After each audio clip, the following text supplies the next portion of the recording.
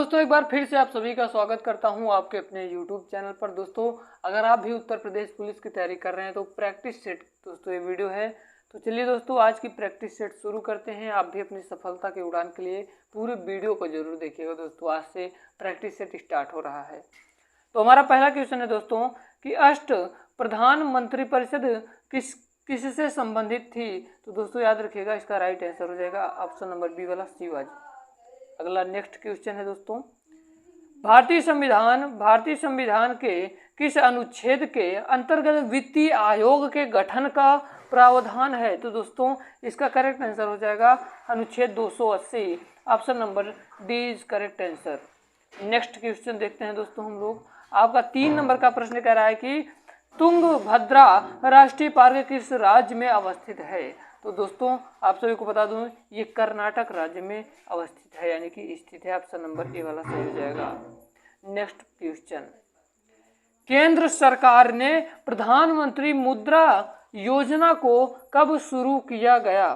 तो दोस्तों याद रखिएगा इसका करेक्ट आंसर हो जाएगा 8 अप्रैल सन 2015 को। ऑप्शन नंबर ए वाला सही हो जाएगा। नेक्स्ट क्वेश्चन की ओर चलते हैं हम लोग। अगला प्रश्न है दोस्तों कि स्कर्वी रोग, जो स्कर्वी रोग होता है, स्कर्वी रोग का संबंध किससे है। तो दोस्तों याद रखिएगा जो स्कर्वी रोग है इसका जो संबंध है दोस्तों ये है आंख से। जो स्कर्वी रोग है दोस्तों ये किससे संबंधित है, याद रखिएगा मसूड़े से है। आंख से नहीं मसूड़े से है, और ये विटामिन सी की कमी से होता है स्कर्वी रोग। ठीक है, हम लोग चलते हैं नेक्स्ट क्वेश्चन की ओर।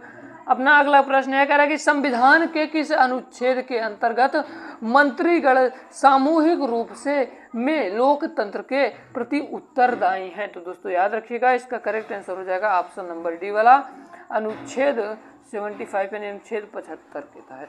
हम लोग चलते हैं अपने नेक्स्ट प्रश्न की ओर। हम कम टाइम में आपको बेहतरीन कंटेंट देने का आप लोगों से वादा करते हैं। ज़्यादा से 10 से 12 मिनट की वीडियो रहेगी, पर 10 से 12 मिनट की वीडियो के अंदर हम 25-30 क्वेश्चन आराम से कर लेंगे।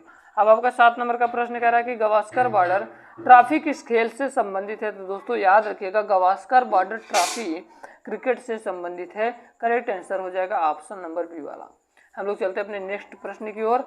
नेक्स्ट प्रश्न आपका कह रहा है दोस्तों कि वायुमंडल का सबसे निचला मंडल क्या कहलाता है। तो दोस्तों याद रखिएगा वायुमंडल का जो सबसे निचला मंडल होता है वो क्षोभ मंडल कहलाता है। करेक्ट आंसर हो जाएगा ऑप्शन नंबर ए वाला।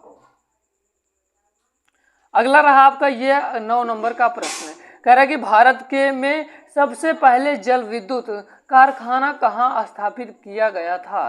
तो दोस्तों याद रखिएगा ये दार्जिलिंग में किया गया था। किसका भैया, भारत में जो सबसे पहले जल विद्युत कारखाना था वो दार्जिलिंग में स्थापित किया गया था।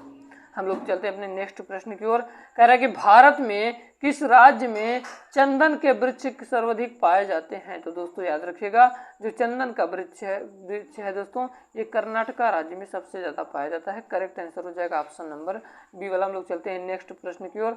आपका अगला प्रश्न है दोस्तों, कह रहा है कि सबसे बड़ा प्रायद्वीप कौन सा है। तो दोस्तों याद रखिएगा इसका करेक्ट आंसर हो जाएगा ऑप्शन नंबर ए वाला अरब प्रायद्वीप। सबसे क्या है दोस्तों, सबसे बड़ा प्रायद्वीप है अरब प्रायद्वीप। करेक्ट आंसर हो जाएगा ऑप्शन नंबर ए वाला।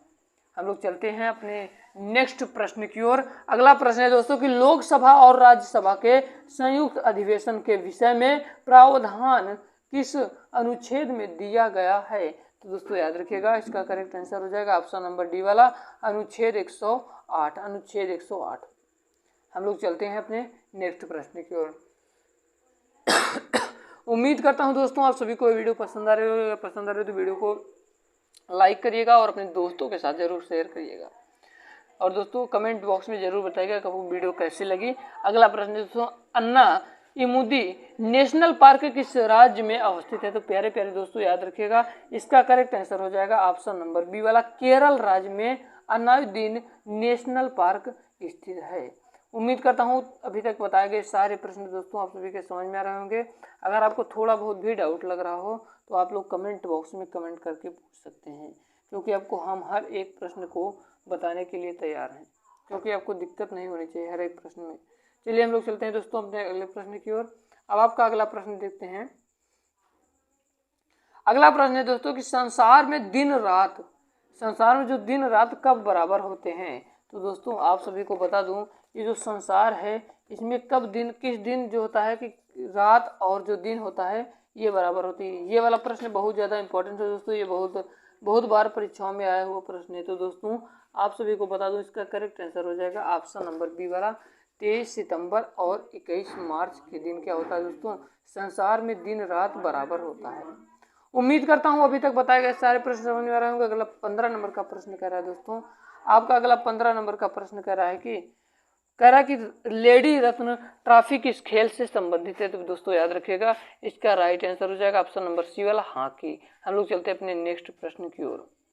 हमारा नेक्स्ट प्रश्न है दोस्तों कि हिंदी भाषा के बाद भारत में सर्वाधिक बोली जाने वाली दूसरी भाषा कौन है। तो दोस्तों याद रखिएगा, इसका करेक्ट आंसर हो जाएगा ऑप्शन नंबर सी वाला, बांग्ला भाषा। करेक्ट आंसर सी वाला हो जाएगा। उम्मीद करता हूँ अभी तक बताए गए सारे प्रश्न आप सभी के समझ में आ रहे होंगे। अगर समझ में आ रहा है तो वीडियो को लाइक करिएगा, चैनल को सब्सक्राइब जरूर करिएगा। दोस्तों अगला प्रश्न है आपका सभी का कि इंदिरा गांधी हवाई अड्डा कहाँ पर अवस्थित है। तो दोस्तों आप सभी को बता दूं, ये नई दिल्ली में स्थित है।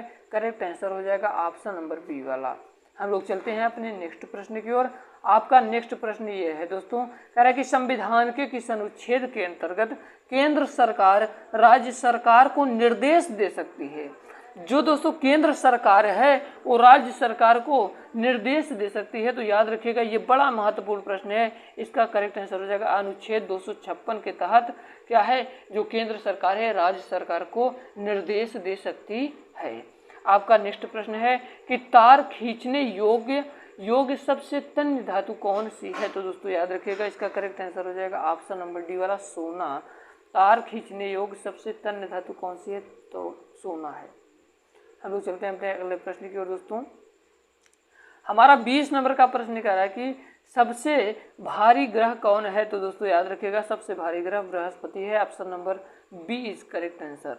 हम लोग चलते हैं अपने 21 नंबर के प्रश्न की ओर। कह रहा है कि राजीव गांधी की समाधि स्थल को किस नाम से जाना जाता है। तो दोस्तों याद रखिएगा, इसका करेक्ट आंसर हो जाएगा ऑप्शन नंबर डी वाला, वीर भूमि के नाम से जाना जाता है। नेक्स्ट प्रश्न आपका कि मिफ्टेल कहाँ का शेयर मूल्य सूचकांक है। तो दोस्तों याद रखिएगा, इसका करेक्ट आंसर हो जाएगा ऑप्शन नंबर बी वाला, इटली। हम लोग चलते हैं अपने नेक्स्ट प्रश्न की ओर। नेक्स्ट प्रश्न आपका, शिवाजी किस मराठा संत के शिष्य थे। तो दोस्तों याद रखिएगा, ये थे रामदास के संत थे। शिवाजी दोस्तों रामदास मराठा संत के शिष्य थे। करेक्ट आंसर हो जाएगा सी वाला। नेक्स्ट प्रश्न है दोस्तों कि धनिया का सबसे बड़ा उत्पादन राज्य कौन है। तो दोस्तों इसका करेक्ट आंसर हो जाएगा ऑप्शन नंबर सी वाला, राजस्थान। हम लोग चलते हैं अपने अगले प्रश्न की ओर। आपका नेक्स्ट प्रश्न है दोस्तों कि नागरहोल राष्ट्रीय उद्यान किस राज्य में अवस्थित है। तो दोस्तों करेक्ट आंसर हो जाएगा कर्नाटका राज्य, ऑप्शन नंबर ए वाला। हम लोग चलते हैं अपने 26 नंबर के प्रश्न की ओर। कह रहे हैं कि भारत के प्रथम फील्ड मार्शल कौन थे। तो करेक्ट आंसर हो जाएगा ऑप्शन नंबर ए वाला, SHFJ मानेकशॉ। हम लोग चलते हैं अपने 27 नंबर के प्रश्न की ओर। कह रहा है कि किस बीमारी को काली मौत के नाम से जाना जाता है। तो करेक्ट आंसर हो जाएगा plague, option number B is correct answer. आपका नेक्स्ट प्रश्न है दोस्तों कि किस अनुच्छेद में संसद को अंतर्राष्ट्रीय समझौते को लागू करने के लिए विधि निर्माण करने की शक्ति प्राप्त है। तो दोस्तों याद रखिएगा, इसका करेक्ट आंसर हो जाएगा ऑप्शन नंबर डी वाला। हम लोग चलते हैं अपने नेक्स्ट प्रश्न की और उम्मीद करता हूँ आप सभी को बताए जा रहे सारे प्रश्न समझ में आ रहा है। कहीं भी दिक्कत हो तो कमेंट बॉक्स में कमेंट करके पूछ सकते हैं। रहमतुल्लाह कप किस खेल से संबंधित है। तो दोस्तों याद रखिएगा, इसका करेक्ट आंसर हो जाएगा ऑप्शन नंबर डी वाला, बैडमिंटन से संबंधित है। हमारा नेक्स्ट प्रश्न है और आज का ये लास्ट प्रश्न है कि पोलियो रोग किस अंग को प्रभावित करता है। तो दोस्तों याद रखिएगा, पोलियो अंग तंत्रिका तंत्र को प्रभावित करता है। तो याद रखिएगा, जो पोलियो रोग होता है वो तंत्रिका तंत्र को प्रभावित करता है। उम्मीद करता हूँ ये छोटी सी वीडियो पसंद आई होगी। कल से हम 50 प्रश्न तो 100 प्रश्न लेकर आएंगे, आपको प्रैक्टिस करवाएंगे। मिलते किसी नए वीडियो में, तब तक के लिए जय हिंद, वंदे मातरम, टेक।